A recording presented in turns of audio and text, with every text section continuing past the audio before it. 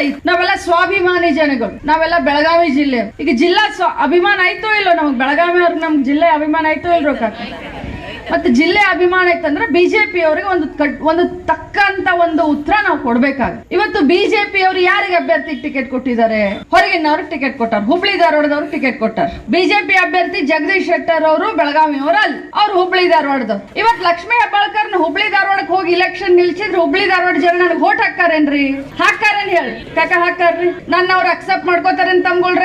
ಒಪ್ಕೋತಾರ ನನ್ನ? ಮತ್ತೆ ಹಂಗಿದ್ದಾಗ ಪಕ್ಷಾತೀತವಾಗಿ ನಾನು ನಿಮ್ಮೆಲ್ಲರಿಗೂ ವಿನಂತಿಯನ್ನ ಮಾಡ್ತೀನಿ, ಅವರು ಹುಬ್ಳಿ ಧಾರವಾಡದಿಂದ ಬೆಳಗಾವಿಗೆ ಬಂದು ನಮ್ಮ ಚಚಡಿ ಊರಾಗಿನ ಜನರ ಸ್ವಭಾವ ಹೆಂಗ, ನಮ್ಮ ಚಚಡಿ ಊರಾಗಿನ ಜನರ ಕಷ್ಟ ಹೆಂಗ, ನಮ್ಮ ಬೆಳಗಾವಿ ಜಿಲ್ಲೆಯ ಜನರ ಒಂದು ನಾಡಿ ಮಿಡಿತ ಅರಿತಂತ ಅವ್ರು ನಮಗೆ ಅಭ್ಯರ್ಥಿ ಆಗ್ಬೇಕು. ಯಾಕಂದ್ರೆ 20 ವರ್ಷ ಆಯ್ತು ಬಂಧುಗಳೇ ಕಾಕ, ಒಂದಲ್ಲ ಎರಡಲ್ಲ 20 ವರ್ಷ ಆಯ್ತು ಬಿಜೆಪಿ ಅವರಿಗೆ ಈ ಭಾಗದ ಸಂಸದರನ್ನಾಗಿ ಮಾಡಿ ಡೆಲ್ಲಿಗೆ ಕಳಿಸಿ. 20 ವರ್ಷದಾಗ ಏನ್ ಮಾಡಿದ್ರು?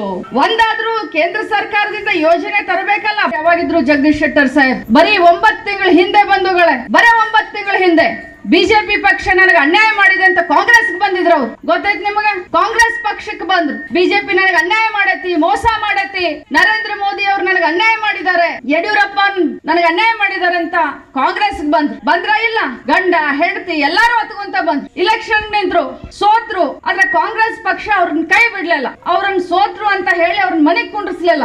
MLC ಮಾಡಿದ್ವಿ, ಅವ್ರಿಗೆ MLC ಮಾಡಿ ಮರ್ಯಾದೆಯನ್ನ ಕೊಟ್ವಿ. ಆದ್ರೆ ಈಗ ದಿಢೀರ್ ಅಂತ ಹೇಳಿ ಮತ್ತೆ ಬಿಜೆಪಿಗೆ ಹೋಗಿ ನರೇಂದ್ರ ಮೋದಿ ಅವ್ರನ್ನ ಪ್ರಧಾನಮಂತ್ರಿ ಮಾಡಿ ಅಂತ ಹೇಳ್ತಾರೆ. ಇವ್ರಿಗೆ ಬದ್ಧತೆ ಇದೆಯಾ? ಇವ್ರ ನೈತಿಕತೆ ಇದೆಯಾ ಶೆಟ್ಟರ್ ಅವ್ರಿಗೆ? ಇವ್ರು ಬೆಳಗಾವಿ ಜಿಲ್ಲೆಯ ಉಸ್ತುವಾರಿ 2 ಬಾರಿ ಆಗಿದ್ರು ಬಂಧುಗಳೇ, 2 ಬಾರಿ. ಆದ್ರೆ 2 ಬಾರಿ ಆದಾಗ್ನು ಬೆಳಗಾವಿ ಜಿಲ್ಲೆಗೆ ಏನು ಮಾಡ್ಲಿಲ್ಲ ಇವರು. ಬರೀ ಬೆಳಗಾವಿ ಜಿಲ್ಲೆಗೆ ಬರೇ ಅನ್ಯಾಯ ಮಾಡಿದ್ದಾರೆ ಇವರು. ಹೈಕೋರ್ಟ್ ಬಂದಿತ್ತು ನಮ್ಮ ಬೆಳಗಾವಿ, ಹೈಕೋರ್ಟ್ ಅನ್ನ ಹುಬ್ಳಿ ಧಾರವಾಡಕ್ಕೆ ತಗೊಂಡು ಹೋದ್ರು. IIT ಕಾಲೇಜ್ ಬಂದಿತ್ತು ಬೆಳಗಾವಿ, ಆ ಕಾಲೇಜನ್ನ ಹುಬ್ಳಿ ಧಾರವಾಡಕ್ಕೆ ತಗೊಂಡು ಹೋದ್ರು.